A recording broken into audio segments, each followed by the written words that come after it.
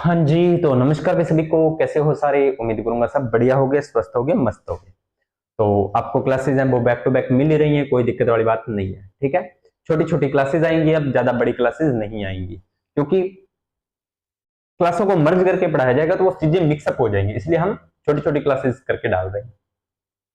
आज है बिल्कुल ही ये 5-1 मिनट की क्लास होगी, कुछ विशेष मछलियां, मछलियों के बारे में। बस आपको मछलियों के नाम याद रखने हैं, कौन से संघ से बिलोंग करती हैं या उनके वैज्ञानिक नाम क्या है। बस ये दो ही बातें याद रखनी है। एक तो ये आपको ये याद रखें कि एक किस संघ से बिलोंग करती हैं, और दूसरा आपको ये याद रखना है कि इसका जो नाम है वो क्या है। तो मछलियां होती हैं दो प्रकार की, एक तो होती है व्यावसायिक और एक होती है अव्यवसायिक। पहले हम बात करेंगे अव्यवसायिक मछलियां, यानी कि एक व्यवसाय में ये काम नहीं आती। तो ये कौन से संघ से बिलोंग करती हैं? तो पहला है विहेल मछली या वहेल फिश। ठीक है, तो अब आप यहां से इसका क्वेश्चन बनता है कि मछली संघ से या उपवर्ग से वहेल मछली ऑप्शन दे देगा और पूछ लेगा भी कौन सा नहीं है।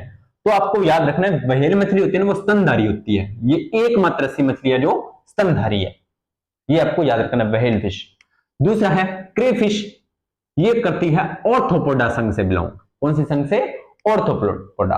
और जंतु जगत का सबसे बड़ा संघ ही ऑर्थोपोडा है, याद रखना है आपको, जंतु जगत का सबसे बड़ा संघ। ठीक है, अगला कट्टल फिश, मोलस्का, दूसरा सबसे बड़ा संघ। मोलस्का है ना वो दूसरा सबसे बड़ा संघ है भाई, ये भी आपको याद रखना है। तो कट्टल फिश मोलस्का में रखी जाती है, और डेविल फिश को भी मोलस्का में रखा जाता है, रेजर फिश को भी मोलस्का में रखा जाता है। कौन कौन सी? कट्टल, डेविल और रेजर, ये तीनों मोलस्का की है।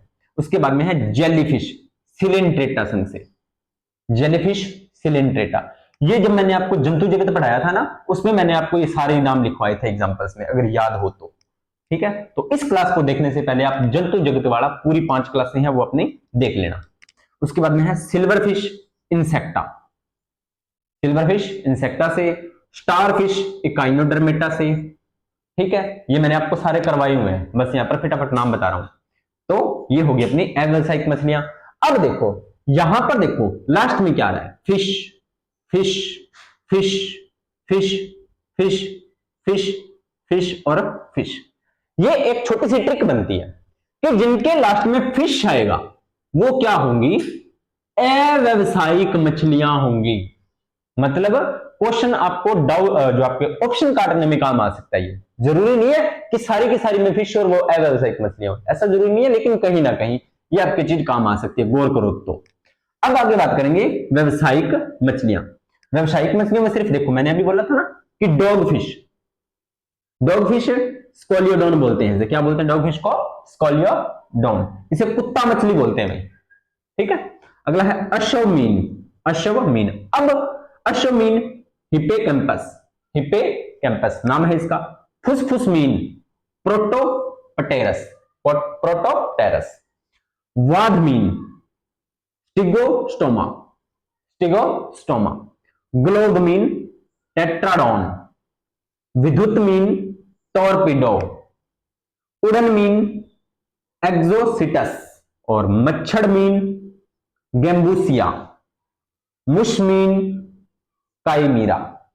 अब यहां पर देखो, डॉग फिश को छोड़कर, स्कोलियोडोन है डॉग फिश, बाकी देखो फुफुस मीन, वाद मीन, ग्लोब मीन, विद्युत मीन, उड़न मीन, मच्छर मीन और मुश मीन। जिनके लास्ट में मीन लगता हो वो सारी की सारी व्यावसायिक मछलियां। फिश लगता हो वो अव्यवसायिक, और मीन लगता हो वो व्यावसायिक। इस तरीके से चीजें कनेक्ट करके पढ़ोगे तो और मजा आएगा। ठीक है, तो यह भी अपना एक छोटा सा टॉपिक, जो 5-7 कुछ विशेष मछलियों वाला टॉपिक था, वो अपना कंप्लीट कर दिया है। अब ऐसे ही टॉपिक आएंगे बायोलॉजी के, ऐसे ही टॉपिक आएंगे, 10-7-8 टॉपिक है वो ऐसे ही आएंगे। ठीक है, तो उम्मीद करता हूं आपको ये क्लास भी अच्छी लगी होगी। अगर क्लास अच्छी लगी हो तो वीडियो को लाइक करें, शेयर करें, कमेंट करें और चैनल को करें सब्सक्राइब। मिलते हैं नेक्स्ट वीडियो, और नया टॉपिक रहेगा अपना फिजिक्स का। किसका रहेगा? फिजिक्स का, और टॉपिक का नाम होगा उष्मागतिकी या थर्मोडायनेमिक्स, उष्मागतिकी या थर्मोडायनेमिक्स, जो काफी बच्चों को बोरिंग भी लगता है और टफ भी पड़ता है, बोरिंग भी लगता है और टफ भी पड़ता है, लेकिन हम उसको इजी वे में पढ़ेंगे, कोई परेशानी वाली बात नहीं है। तो मिलते हैं नेक्स्ट वीडियो और नए टॉपिक के साथ, तब तक आप सभी का धन्यवाद।